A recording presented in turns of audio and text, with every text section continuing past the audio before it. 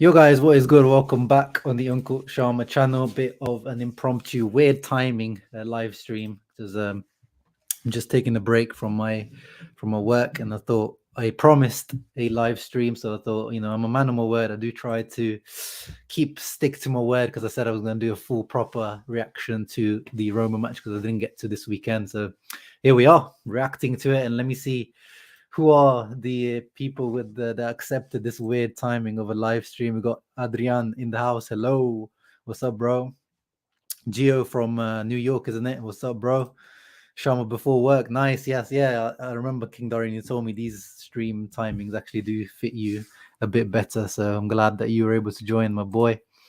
Ciao Zio, ciao Joseph. What's up? Hope you're doing well. Mighty Mao. Hope you're doing well. Always, usually you're very present on the live stream. Mighty Mo Mateo as well, another regular of the live stream, and of course the OG of the channel, Future Hendrix.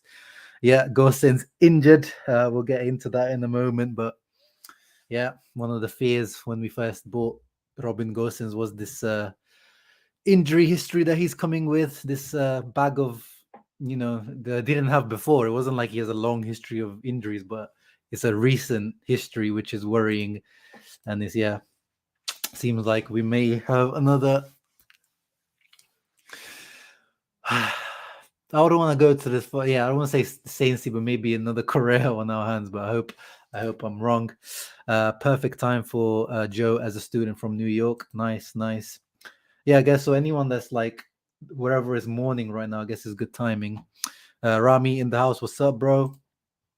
Seeker of Truths, gonna have you on while I do the dishes, if you don't mind. Yeah, of course, that's the perfect one. I love having YouTube live streams whilst I'm doing my chores and vacuuming the house, all that kind of stuff. Is it true that Inter are only going to sell another player, or is this only gossip? Yes, Adrian, if you're following, well, we don't know what's going to happen, but my feeling is, and what the feeling is around Inter is there's going to be another. It's going to be a summer. It doesn't necessarily mean another big player, but Inter need to make 50, 60 million positive net income from this summer transfer window. So it means that, how else are they going to make it? We haven't got, other assets to sell. So it's going to be some former player, unfortunately. But the thing is, it's not going to be as difficult as last summer. That's definitely, it's definitely not going to be too, well, it depends on what offer comes in, because I don't think. One second. Got a hair in my mouth there, but apologies for that. But yeah, it's definitely not going to be as bad. But obviously, it depends on what offers come around for our boys, which I hope no one comes in seriously for any one of our boys. Daniel from Pakistan, what's up, Bhai? Nerazzurri Enel in the house, Tari in the house, Milan clubs being Rome. Yeah, Rome has just been smacked around. Milan this season, they smacked around Lazio. I think it was like 4-0 in the Coppa Italia for them, and then I think it was 3-1 or something in the first match, and yesterday 2-1. So, and for us, as I said, 8-1 on aggregate against Uncle Jose. Good afternoon, Meiji. Love from Manila, Philippines. Nice. Trequartista, very nice name. Heard his muscle fatigue, so a bit of tibiscus strain. Yeah, it's only a muscle fatigue, which is not bad at all, but it's already a sign that that area that he injured is still weak, or that he's still strengthening that area, and it's still a sign for worry, because even these little muscular fatigues mean, because that's a lot of the stuff Saints was getting. He wasn't necessarily getting any tears in his muscles or big injuries. He just kept getting these fatigues and little niggling injuries. It wasn't anything particularly serious with Sensi, and that's probably even worse, because then it's just like you're almost there, and then it's just like a little tiny injury that sets you back, and then that's almost as bad as having a serious injury, because a serious injury, at least I'm out for 3 months, 4 months, I'm out. These types of injuries, like, oh yeah, it's just like a little fatigue, and then you end up you test it out a week, you take a rest for a week, and then you test it out again, and it's like, oh no, I'm still not ready, and you just end up in this limbo where you like you feel a little bit of pain, and then you start questioning yourself. Is it the pain? Is it something else? Michael Talks Football in the house. What's up, bro? Great channel, guys. If you haven't checked it out, make sure you guys check it out. He makes content on all football, really. This guy puts in some work. I just make Inter content, and I try to venture to Serie A, but I struggle to make that. This guy makes Serie A, EPL, La Liga, international, everything, AFCON. Yeah, in theory, Michael, as we've been saying, for the last few weeks, in theory, we have the easiest schedule for sure. There's no denying that. But at the same time, Cagliari are still in a dogfight. Unfortunately, the things haven't worked out as clearly as they should have until now. We wanted Cagliari to be safe, because then by the time we played them, they have nothing to play for, but they're not safe. Empoli are safe, but again, they surprised the Napoli just yesterday. Sampdoria, our last match of the season, they should have been nice and safe by now, but they're not. They're right back into the Scudetto, the dogfight for relegation. So in theory, this should be the easier games, but at the same time, if these guys are fighting for their lives, that makes it maybe even harder than a Roma or a Lazio game, because they have literally just everything on the line. Gosens can take his time. Oh yeah, I mean, if you watched, when the day that we signed Gosens, I said, think about Gosens for next season. Just forget about this season for Gosens. I know people were calling for him to start as well. I was just always worried about this long-term injury. So when you think about Gosens, I think literally he's been signed for next season. So yeah, whatever he's offering us, this goal that he scored against Milan, the assist he had against Salernitana, this is all a bonus already for what Gosens is offering. Nick's knocks in the house as well. Channel member, he says, pumped from the win, ready to defeat Bologna. Yeah. So, as many people have pointed out now, 6 matches left for Inter, 5 in the league, 1 Coppa Italia final, and that is a final, but every single Serie A match now is a final. That's the only way to look at it. Every single one is a must-win game. Milan are pushing us right to the end. I mean, I watched the match yesterday and I did a quick reaction yesterday. If you saw, Lazio went 1-0 up. They played the first 10-15 minutes quite well, and then afterwards it was whole Milan. Like, Milan deserved to win the game. I'm not gonna, I like to banter them, the cousins and all that kind of stuff, but they completely killed Lazio in that match. So they got the deserved win in the end, but it was annoying. It looked like Lazio could have held on, and Acerbi just completely dropped the ball, and Marusic, like, that team just full of bottlers, man, full of bottlers, and that convinces me that Inzaghi did a really good job with that Lazio team.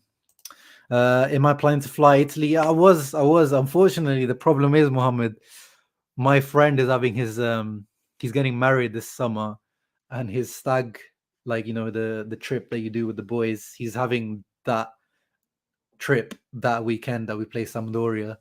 So, and then I have other stuff going on this whole month as well. So I really wanted to this season, and yeah, maybe for the post, maybe I try to go out just for literally one day, just to go to Milan for one day, whenever they do the celebrations, just to be part of the celebrations if it happens. But yeah, it looks like unfortunately this season it's not going to happen. It's a shame. Inzaghi deserves a statue in Rome for making these Lazio bombs compete for the Scudetto. For sure, man, for sure. I'm overthinking this. What are you talking in terms of the Scudetto run? You feel like it's Ashkan? Do you feel like it's done and dusted? Or are you talking about Gosens' injuries? Yes, Salernitana, man. I do not know how the hell they're doing this. Like, they're literally they're what they're talking about, like, they were done, they were dusted, like, they were gone, like there was no hope, and these guys have revived the 3 wins in a row. Amazing. If they pull it off, I actually want them to pull it off now. They deserve it. Like, this is, they're doing better than Venezia. I just, on paper, they just always looked really bad, but this Salernitana team, they made a lot of investments in January when Sabatini, the new sporting director, came in, but they still looks pretty poor on paper, but is making, all those moves they made in January making an effect now finally. And yeah, that's a really good point as well, Joseph. Like, everyone talks about this easy schedule, but at the same time, The problem is now this Bologna game, midweek, so we don't get enough. Like, Milan are going to have the rest till next week, and then, whereas we have to play this midweek game now, and then the Coppa Italia game again. That's going to be another midweek game. I don't know why they bloody squeezed it in. Why didn't you just play after the Serie A? Like, so it's just a busy last month of like packing these 6 games in. So it's absolutely yeah, you have to look at it on both sides. Oh yeah, you're talking about they're all below 12th, bro. I know that's like, that's why I'm saying that it's supposed to be easy, but it's supposed to be easy on paper. You're an Interista, you should know that this Inter have dropped many points against these lower end oppositions in the past. Thank you, Julian. I've seen that you recently joined the channel membership. Appreciate you. Thank you for swinging by. Tommy, no worries, 10 minutes late, no big worries. I'm just about to get into my match analysis of the Roma game, which we'll get into now. Hakan. Yeah, let's start off with the Hakan. I mean, he was my man of the match, and I saw on Inter's Twitter, he got voted by the fans to be the man of the match as well, and I think it was completely deserved. And I think is a rare moment where neither Barella or Brozovic were the top runners for Inter, and shows there 12 point, is it 0-3 or 8-0-3? I can't really see, but yeah, Hakan was the top runner against the Roma, which is really good. Oh, I forgot to remove the click to add text there on that slide on the PowerPoint. But yeah, it shows that was a complete performance by Hakan. That's why I wanted to, give him a shout out, because there's people are talking about, especially, you guys know who it is, but the Milanisti, but there's also Interisti who are really downplaying Hakan this season, and I'm not sure why. It's been since the beginning. I felt like because he's coming from Milan, I thought he was going to get extra love for like no reason, Hakan, but he seems like he still has a set of fan base that just hasn't really started to like him. And I've always admitted I've never really liked Hakan, and he's still in the squad. He's definitely not like top 5. He's definitely, I don't think he's ever going to be a top 5 of this Inter squad for me, even favorite players, but he has been performing well, and people just look at goals and assists, but his games now is just not about goals and assists. He's not playing as a number 10 or as a winger anymore like he was at Milan. He's playing in a mezzala role where he is slightly deeper than the other mezzala, Barella. So I think it's just very simplistic to just look at goals and assists when it comes to Hakan.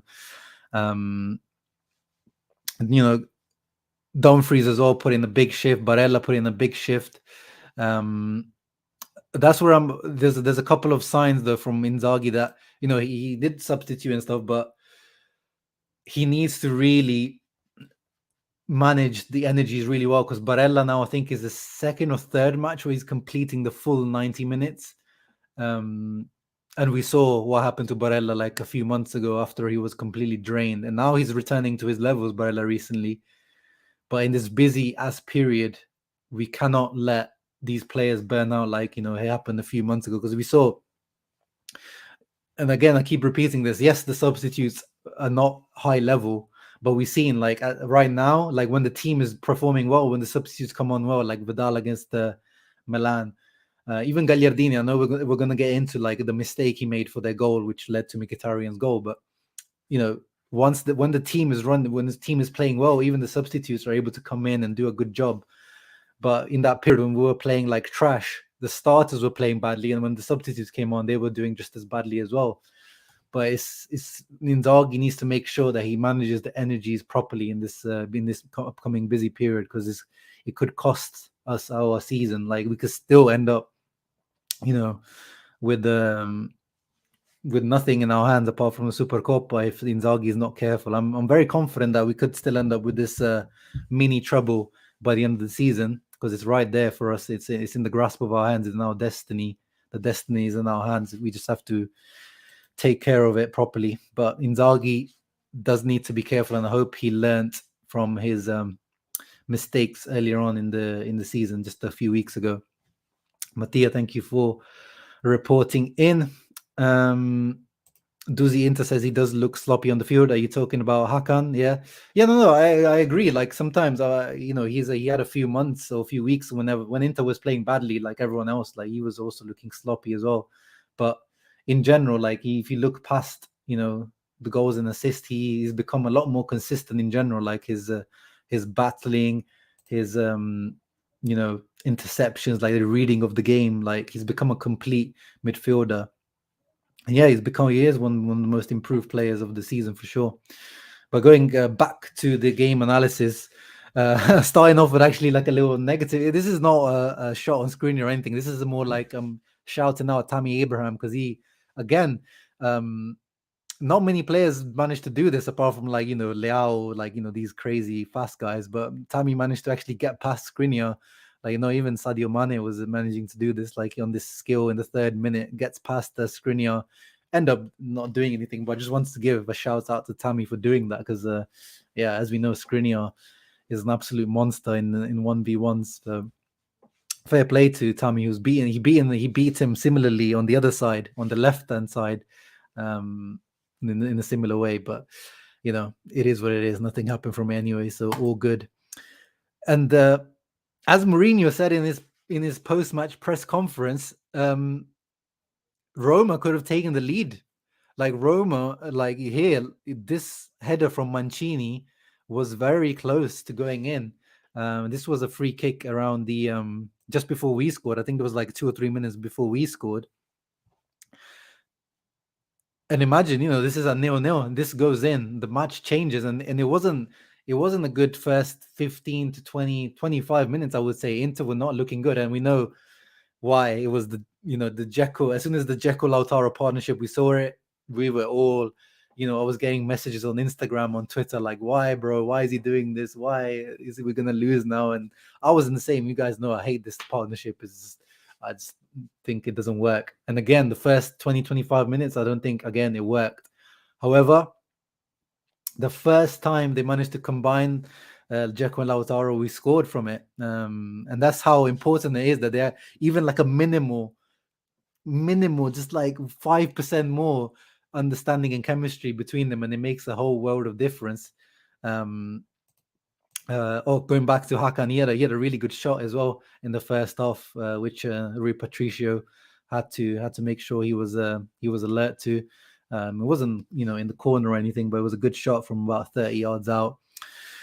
And yeah, here's the goal. Dzeko. So this reminded me of Conte ball. Tari Abraham was pocketed as well for sure. It was it was playing out from the back, and then Perisic blind ball into Lautaro. It literally was. It seemed like they kept some Conte automatisms in there.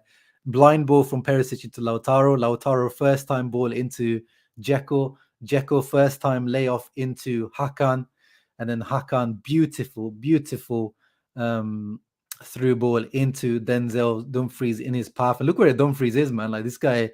He's like Dzeko and Lautaro are on the left wing, and this guy is up front. And it's really good movement by Dumfries, because first he went offside, and then he managed to just come back onside and then go off. And I keep saying, like, this guy is an absolute cheat code in Serie A. There's no one that can handle him physically in this league, and especially someone like Zalewski, who's a converted winger into a left wing back, and he's only like 18, 19 years old. So he did what he needed to be doing, because if he didn't dominate someone like Zalewski, I would have been like questioning it. But ice cool finish, and you guys know, nutmeg finish. There's no way I wasn't gonna enjoy this goal. Like, and it went with his left foot as well. Beautiful. And yeah, of course, Hakan FC in the house with Ahmad. And yeah, Ahmad, I'm replying to your question in the space. Yes, De Paul can do that through ball. I mean, it's not like it's it's an impossible through ball to make. It's just a very nice through ball. But I would expect any player of any quality, I'm not even talking about world class quality, I'm expecting any player of good quality to be able to make a through ball like that. His athleticism is just that's what I mean. He's an absolute cheat code. Love that finishing from Dumfries like a striker. Absolutely beautiful. Marvel Lawson as well, agreeing with you. Striker's finish, exactly. Give Dynamo Denz his flowers. Of course, we've got Denzel FC in the house as well. We've got Hakan FC, but also Denzel FC in the house. Tommy and King Darian. Denzel, the Mercedes. I like that. Hakimi was the Lamborghini. Denzel is the Mercedes. And then Hakan again, this is why I'm giving him, it could be, you could say Brozovic was probably man of the match as well, someone, unless you want to suggest someone else, but Hakan here for the second goal, he's the one who wins the ball back, takes it off Pellegrini and gives it on to Brozovic. And then Brozovic gives it on to Di Marco. And we need to talk about Di Marco as well. Great ball into Perisic in space, who, made a great run, stayed on side. And then Brozovic, this was absolute like a throwback to his Mezzala days when he used to get into the box. And, people forget Brozovic used to, be a decent dribbler. He used to be a good like finisher. Late runs into the box. Like, this guy was good. Even when he was inconsistent, this guy was still putting up like good goals. Brozovic. It's just that he needed to, Spalletti found his actual real positions. But let's not forget, for the beginning 6-7 years of his career, he was, a box-to-box midfielder, and he showed that in this goal. Mancini was just taken to the cleaner. Gianluca Mancini, you guys, if you follow me on Twitter, I'm not a big fan of him. I feel like he's a very overrated defender. But what a finish as well, Hakan. Like, after all that, got it in the right in the top corner as well. Like, even if Patricio tried to dive for that, he wouldn't have got anywhere near it. So yeah, beautiful goal. Pellegrini was kept quiet by Brozovic. Yeah, he did a great job on Pellegrini. Brozovic, for sure. He was their guy in between the lines, trying to threaten us. Duzzy says, if he's a Merc, he is an AMG. I like it. Yeah, of course, the top of the range, full spec, sat nav, leather seats, heated seats, all of this stuff. That's our boy Denzel, especially since since January, especially like once he he made those improvements they needed to make. Epic Brodza with another epic goal. Yeah, after Spezia and this one, I don't know which one's better actually. I think this one might be better because it's like, it was more individual. Like, it was, you don't see those individual efforts as much these days. So I think I enjoyed this one more. But the left-footed volley was also really, really nice.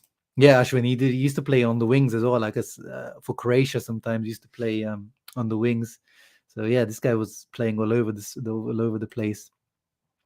And yeah, Brozovic, I said that like last week when he scored his first goal against Spezia. Like, this guy, even on the Conte as a regista, he still puts up at least 5-6 goals a season. So he's got, I think he must have realized, like, I need some catching up to do to my usual goal tally.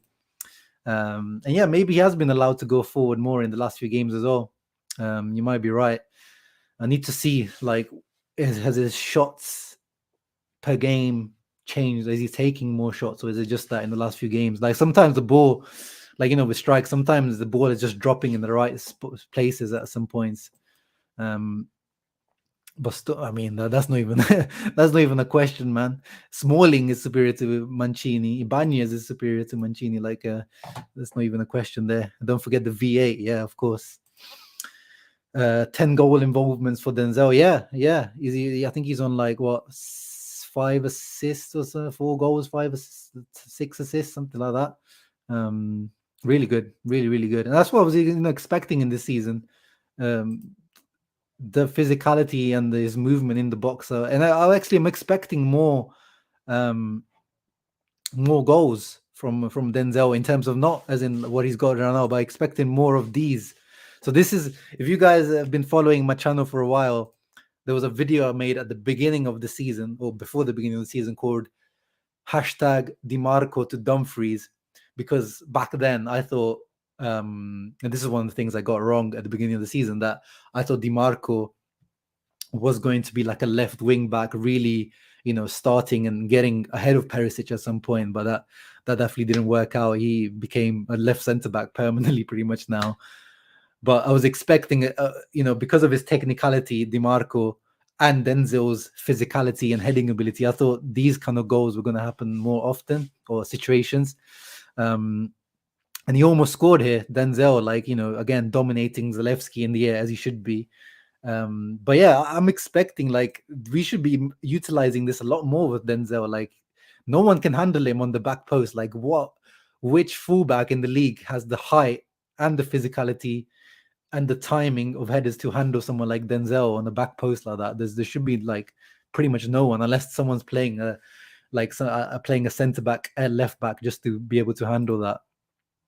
Like Denzel it should be cash money for Denzel every day of the week. This type of ball, and he needs to be actually utilized a little bit more. And he was really close to scoring here, and this would have been 3-0. It would have been 3-0 at half time, just like it was at the Olympico. I wonder if Dumfries used to be a striker. Maybe, but I think he did. I think he was always a defender. I think he said, and he came into professional football quite late. But he's definitely got the the movements of the striker. Like he's got good reading of what goes on in the box. Denzel and Gosens back post runs. Yeah, Gosens as well. He's got that on lock. Has Perisic assisted Dumfries yet?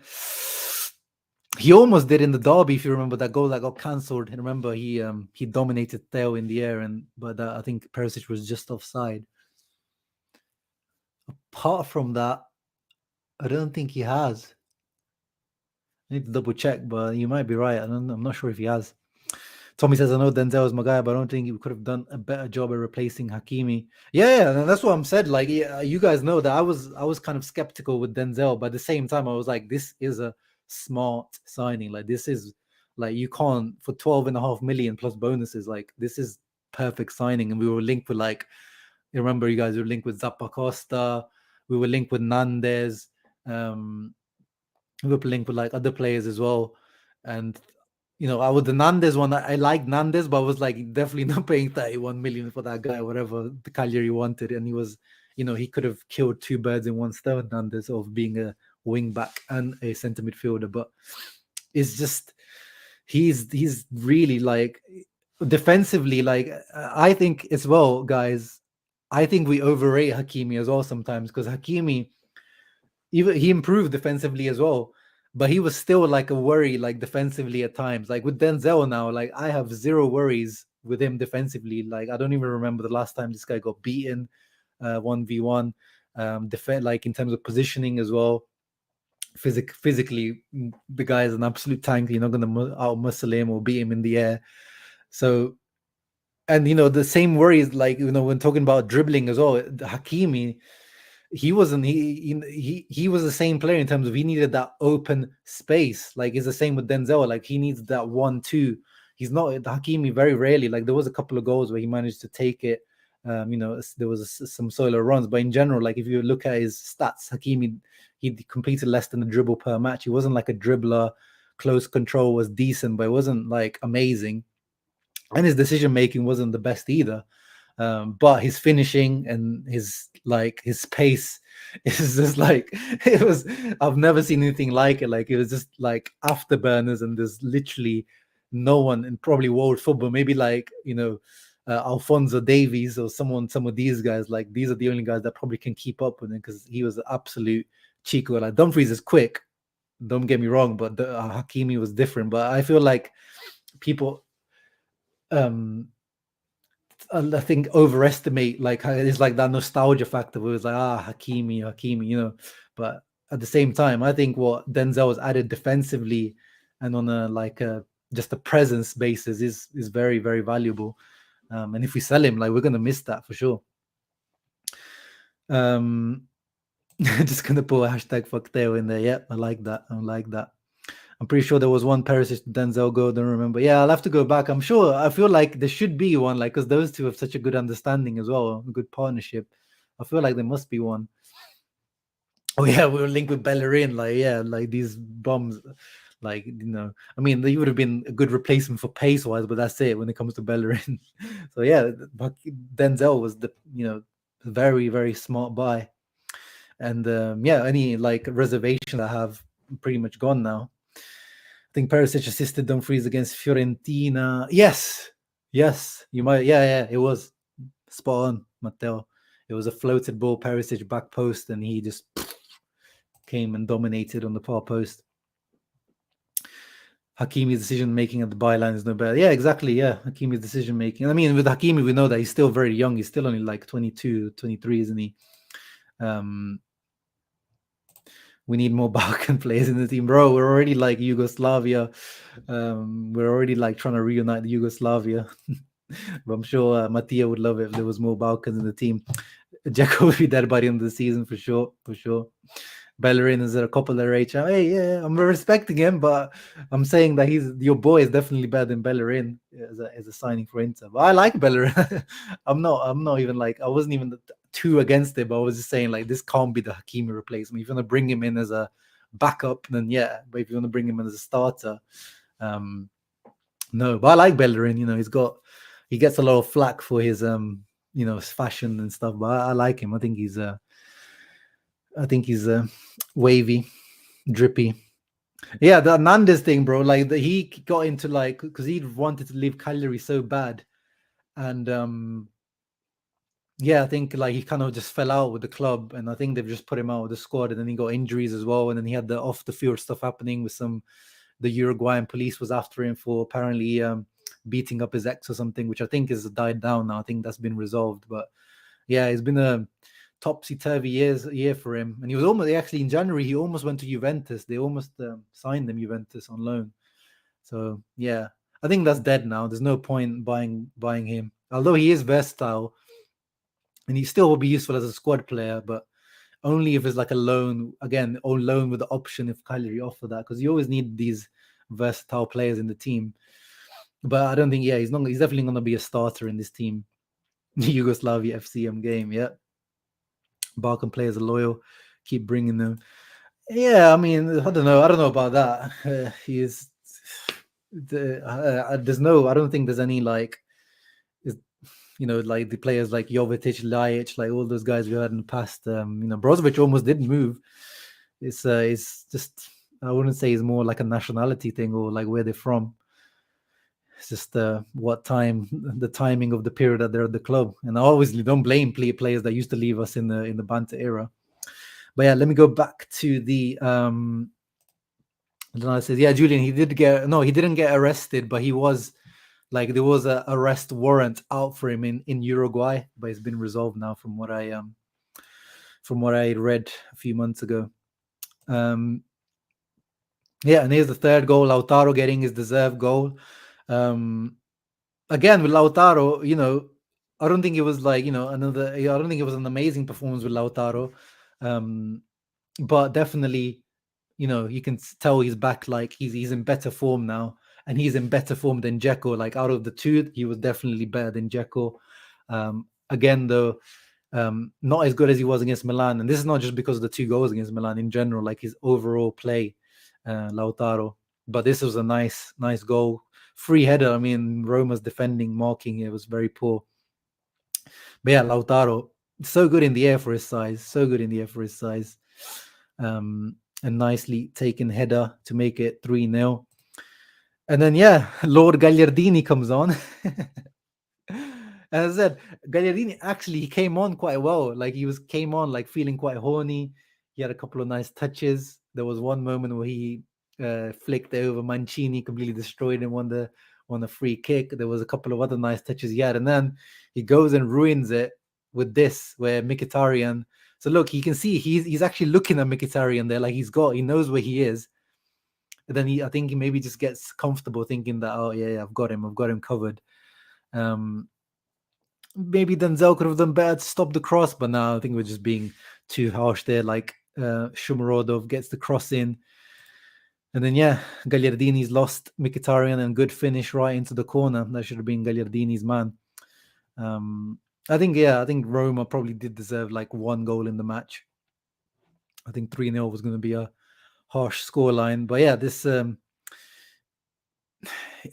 the thing with the substitutes. We know that is a drop off in quality when we bring on our substitutes. But at the same time, as I said, it could have been a completely different match if Mancini scored that goal at the beginning of the match, where he towers over here and it just goes past. So I don't want to be too overly harsh on Gagliardini, but these little margins do make a difference. Gagliardini, man of the match, yeah, for sure. Yeah, Kostic is probably one of those Balkan players that comes to mind. But yeah, if we re-sign Perisic, then there's no point of bringing Kostic. Yeah, Conte leaving Tottenham. That's Yeah, someone asked, didn't they? Yeah, like this is Conte as usual. Conte, he always looking for the next best thing. Like the grass is always greener with Conte. That's one thing that I keep telling people is like it's not like we forced Conte out or something, like, like it was Suning that forced this he wanted to leave. Like he said that, okay, you're selling people and I don't want to stay on anymore. Juve, like, he's a Juve legend even before he was a coach, and he left Juve because they didn't buy him Juan Iturbe or Cuadrado. Like, he does this everywhere he goes. That's the problem with the content. I actually thought that he was gonna actually stay for his 3-year contract. For the first time in his life, he was actually gonna, honor a contract in his life, but he didn't. And again, at Tottenham, I think he only has a 2.5-year deal, or is it just until next year? Yeah, if PSG come calling, this guy's gonna go for sure. And it actually would be interesting, like finally him having no excuses, having full financial backing to buy all his weird fetishes, whoever he wants to buy. If he wants to bring Jacqueline out of retirement, or like all these weird players that he buys when he's on budget. Like, let's see who he buys when he has like this much money to spend. Because I don't know about that Chelsea. There is that second Chelsea transfer window, when he bought Bakayoko, Zappacosta, Drinkwater. But I don't know how many of those players were his first choice. Like, I just can't imagine Conte wanting Danny Drinkwater for 35 million. And we know he wanted Lukaku originally, then he had to settle for Morata at that time. So let's see at PSG. And I want to see Messi and Neymar being managed by Conte. Like, that is I want a Conte cam permanently on PSG's YouTube channel, because I want to see him shouting at Neymar and Messi for like not tracking back, or Messi at left wing back or right wing back or something. Like, I want to see how he manages these types of egos, because that's one thing he's never had. He's always had quite humble squads. He's never had like really superstar players in his team. I think Hazard is probably the closest it gets to a Chelsea, and he did seem to manage him quite well. And I know that Hazard said in the interview he didn't really enjoy playing under him, because obviously the training and the demands from Conte are pretty extreme. So interesting to see, like, if he gets Pintus as well to come with him, if he goes to PSG, the fitness trainer. There's rumors about Neymar being not very professional off the field, or drinking too much. Let's see Neymar on the Pintus or Conte. So yeah, I think it'll be very interesting. But it is a weird choice for PSG. Like, their obsession is Champions League, and Conte is like one of the worst. He's got like the worst track record for the Champions League. So it's a weird fit. But I think it's a beautiful experiment. I want to call it that. Like, it's like a football experiment that we all need to see happening. Color of man of the season. Yeah. Conte is a mercenary. Yeah, he is the definition of mercenary. Like, if you pay him more, or if you just have a project where you got more money to spend, or just like something that turns his head, he's gone. He has no loyalty to anyone, and I don't have a problem with that. That's just the reality of him. Conte's like a hired hitman to win leagues then disappear. Yeah, exactly. He's a leagues merchant. But let's see. He's always said that. I mean, I've not been given the right team to challenge in Europe, so he definitely won't have an excuse. Conte will have Messi tracking back, lol. Playing gags against a non-Ligurian team. What do we expect? Exactly, Tommy. He's the Ligurian merchant, isn't he? Only Genoa, Sampdoria, and Spezia, the teams for him. So Conte is successful for that reason, exactly, because there is no compromise. Yeah, exactly. That's what I love about him. He's just 0 or 100. There's no 50, 60%. You're either all in or all out. Without a PSG, if Conte goes there, Conte wasn't backed in that window at Chelsea. Yeah, I mean, he had a hissy fit the whole season. Like, his face, he had the grumpy face for the whole season. Gagliardini to PSG, imagine. If I was Limone, I would have left by now. They sold Lukaku, and now one major player will go. Apparently, bro, he's coming from Lazio. This is already beautiful for him. Actually, having money to spend, having Gosens as a substitute. But for sure, guys, one thing you got to keep a lookout for: if we do win a treble, like this mini treble, teams are gonna come falling for Inzaghi. He's gonna become in that bracket. He's gonna become very high demand, because that type of achievement after the summer we've had, It's going to be hard to keep. I mean, I know they've already said, the contract renewal is already kind of agreed with Inzaghi, but he's going to become a man in demand after a season like that, and quite rightly. And Juve already wanted Inzaghi before we got him, like the few seasons before. It would seem like he was destined for Juve, Inzaghi, and then it didn't quite work out. So, yeah, it's we think of it as a given that he's going to be here next season.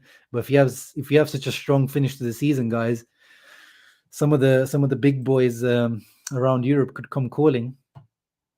Conte will say Neymar's career. Yeah, I think that would be very, very interesting what he does with someone like Neymar. Because with Messi, you at least know that he seems to be able to like make it work even with different managers. With Neymar, I'd say he's got more of a attitude and more of an ego. Yeah, Mbappe was still. I don't think he would leave even more if Conte was there. I think he's definitely his dream is Real Madrid. So, any upcoming watch longs? Let me see actually what the fixture list is like, because I haven't done one for ages, have I? I should do one. Maybe the Bologna game I can do one, because it's a 7:15 kickoff, which is, excuse me, a weird time. That could be a good watch long Bologna game. Definitely not the Juve one, because the big games I just like to watch them in my room and just suffer. Yeah, although I could do one, because that one's another midweek one, the Juve one. Yeah, maybe the Bologna one. I'll see. It depends what time I finish work and if I can get everything set up in time. Spurs the only place Conte hasn't won a trophy yet. Yeah, but I mean, he came halfway through the season, so it's hard to try and do that midway through the season. What's up, Yahia?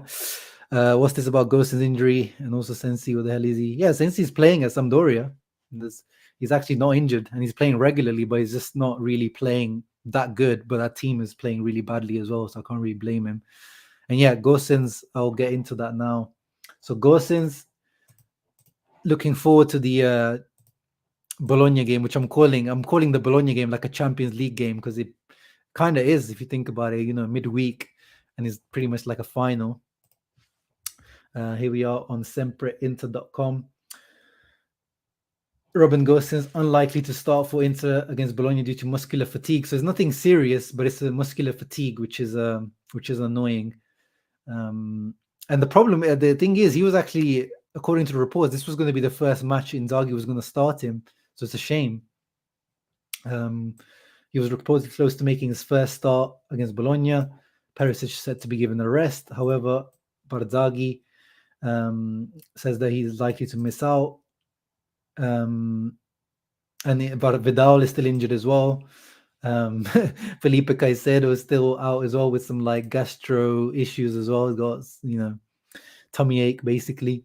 So it's a shame with Gosens. It's a shame. That could have been the first time we've seen him from the beginning. Annoying. Oh yeah.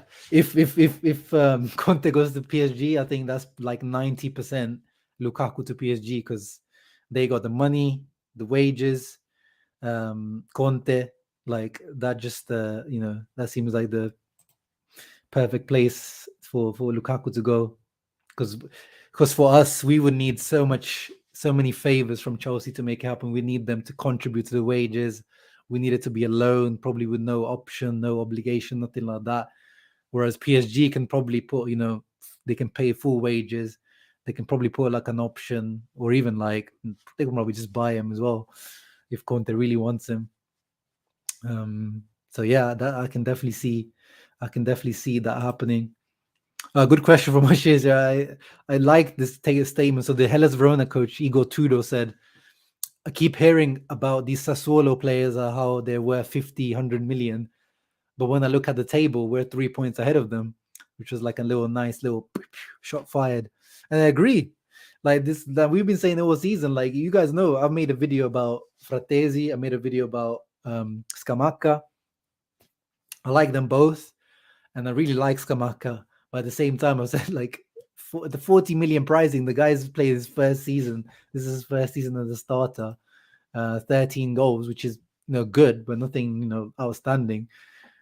And then you go, yeah, someone like Pinamonti out there who's got 12 goals, although like I think 4 or 5 of them are penalties. But he's putting up similar numbers to Scamacca, and he's not getting anywhere of these 40 million shouts. So, but at the same time, it's a comparison again that I think when if you actually watch the two players play, like you can see like the potential Scamacca has got compared to Pinamonti is just like you shouldn't even compare them. But the problem is the price tag that they're putting on these players, like Stratesi as well. I said this like a few months ago. I was like, let's wait to the second half of the season. And this half of the season, he's not been nowhere near as good as he was in the first half of the season. And they're asking for 25-30 million for Fratesi.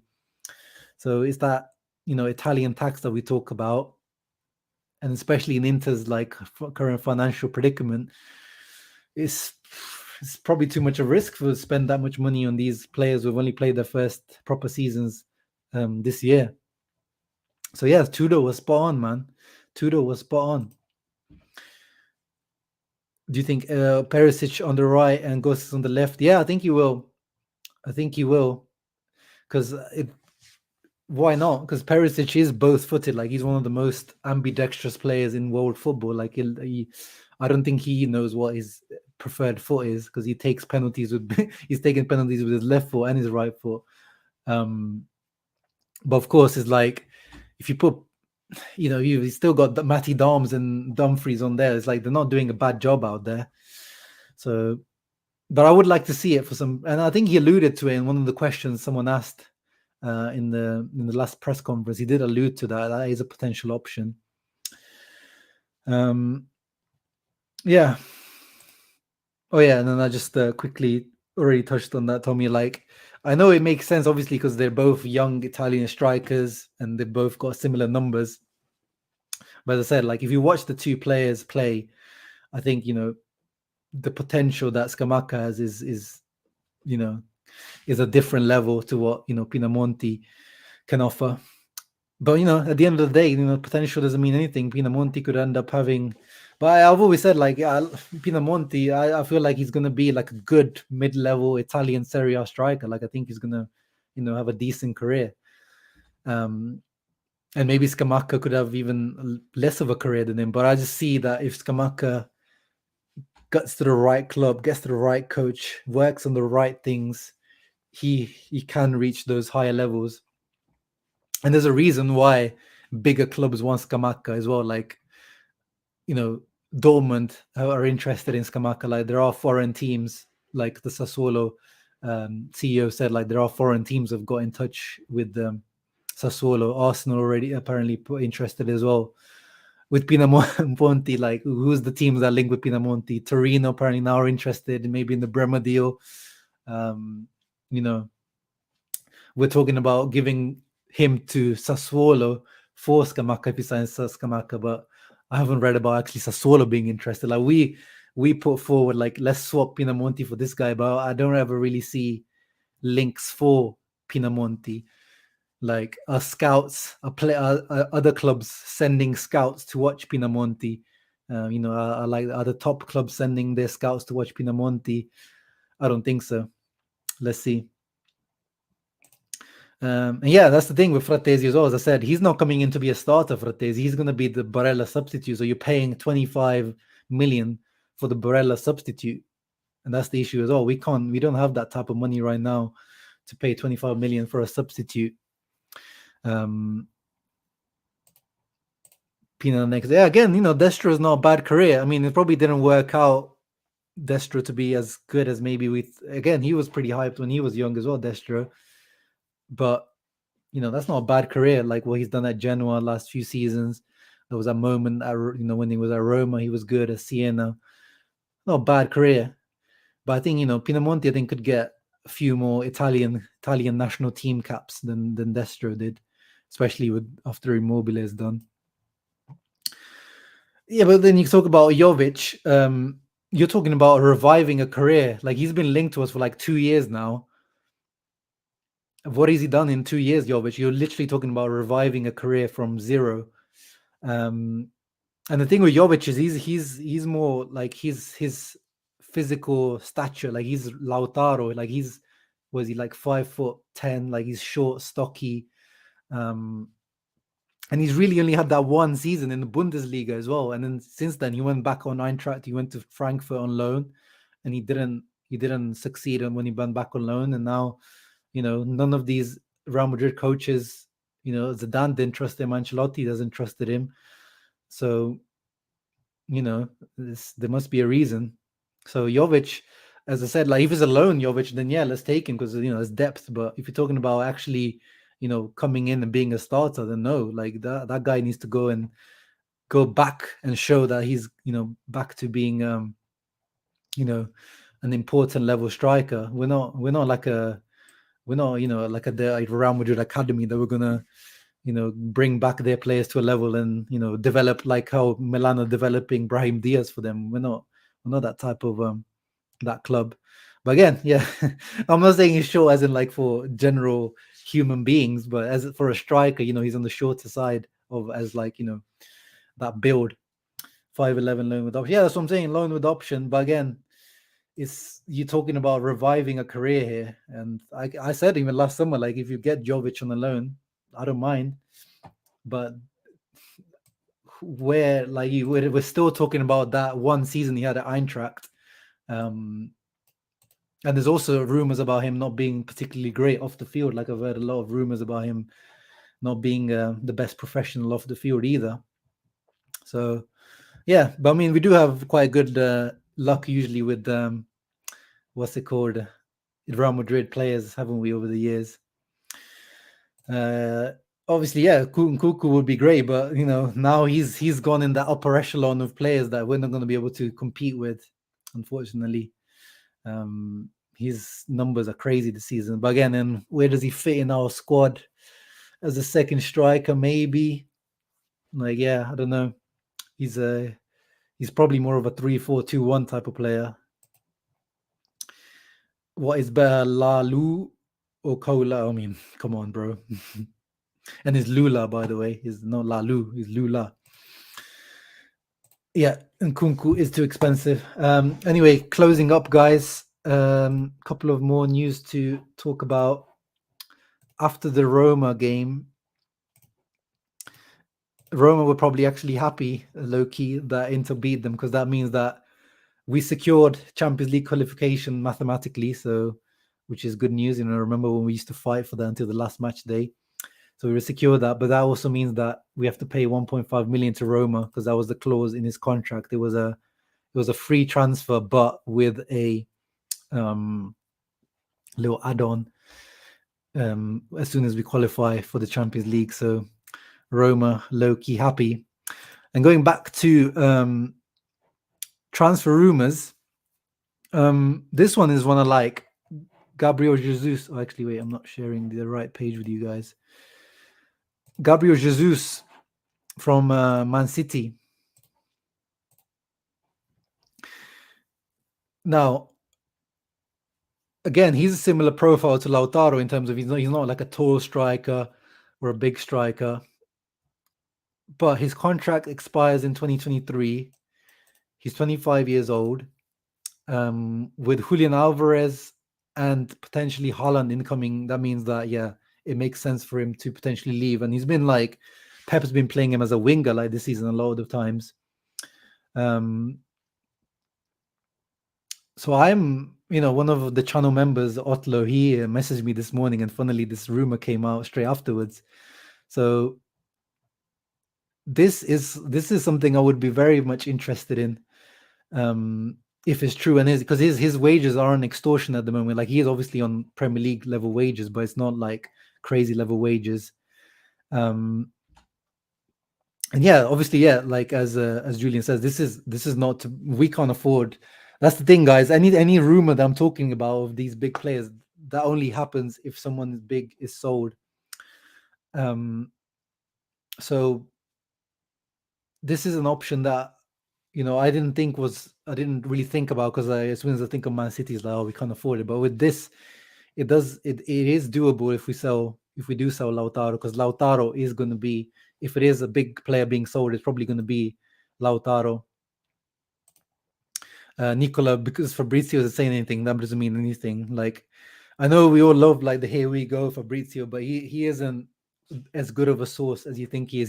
He's good when he's confirming something last minute, but when it comes to like all this, like the rumors before, there's plenty of other guys. But anyway, that doesn't mean anything. It just means that if there is an offer on the table for Lautaro 70 plus million, we're probably gonna sell. And Isui Motor, no, he's a striker, bro. He's a striker, but Pep's like moved him as a winger, because we know how Pep, this season they basically play with like false nines. They play like Sterling up front. They play Phil Foden up front sometimes. They play, they play all of their wingers as forwards at times, because he likes to play those false nines. And Jesus, because he's such a hard worker and he covers the ground, he's moved him out as a winger, but he's definitely a striker. Like he's a striker, like very similar. He's very similar to Lautaro, because they're both like amazing at pressing. They're not the most clinical, like most ice cool finishers, but they're both like well built for their size. They're good in the air for their size, and they're both important for their national teams. Even though Jesus doesn't really play too much for Man City now, he still starts a lot for Brazil. Yeah, what do you guys think? No, definitely not Gabigol.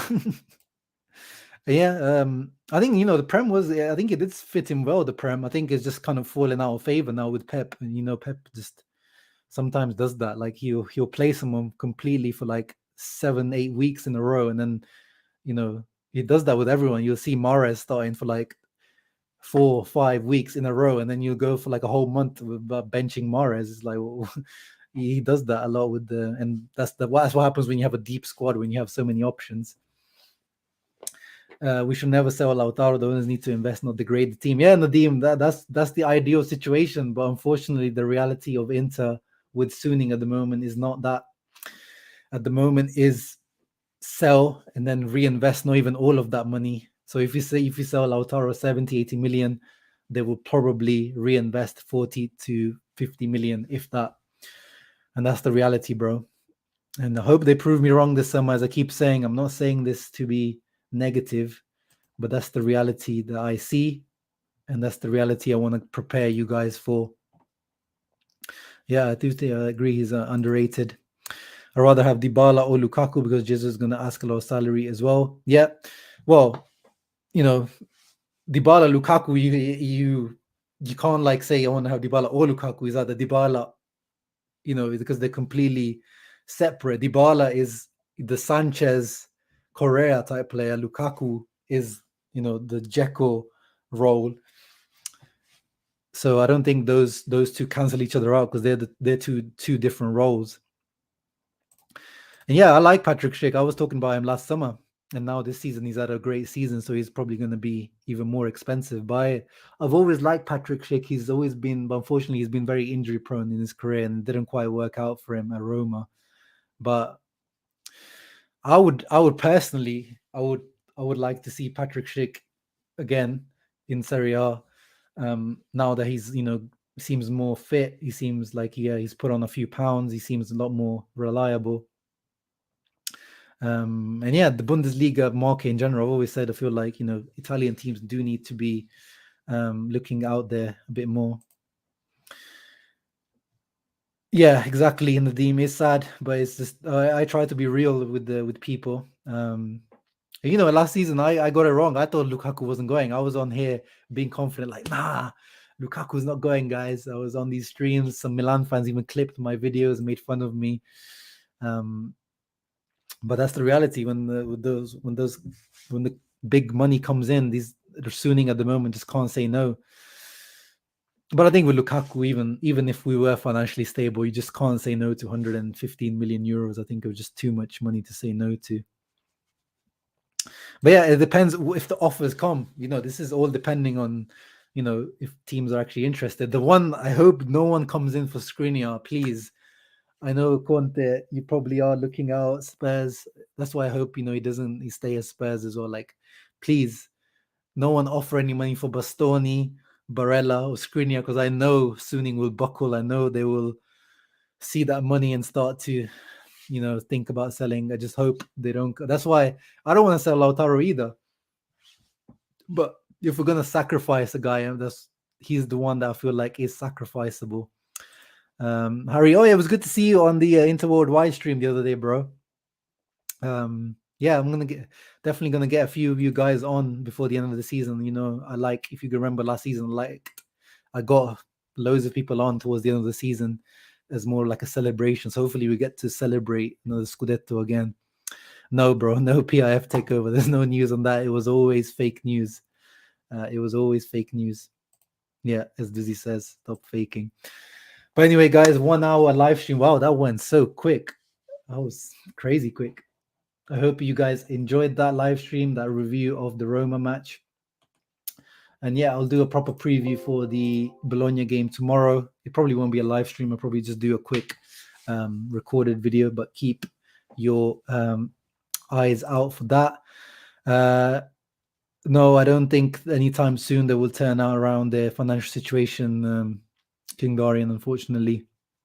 It's too much of a mess back in China for them, unfortunately. Yeah, let's make sure like the stream. Yeah, Nadeem already talked about this in previous streams because Milan have no debts, but they have much less debt on the club. They don't have these big bonds that we have taken out. Their wage structure is a lot lower. They're just a cleaner club right now, financially speaking, so much more attractive. Whereas if you buy Inter, you're paying 1 billion, but then you're also taking on the 400, 500 million debt that currently we have on the club, which is, unfortunate. That's why. But yeah, guys, thank you for watching the stream. If you're watching this afterwards, make sure you're leaving a thumbs up, subscribing, comment down below any comments that you may have. Yeah, Badr, you can just watch the stream later. Thank you for tuning in. Ciao ragazzi. Forza Inter, Bologna, another final. I'll see you for that preview.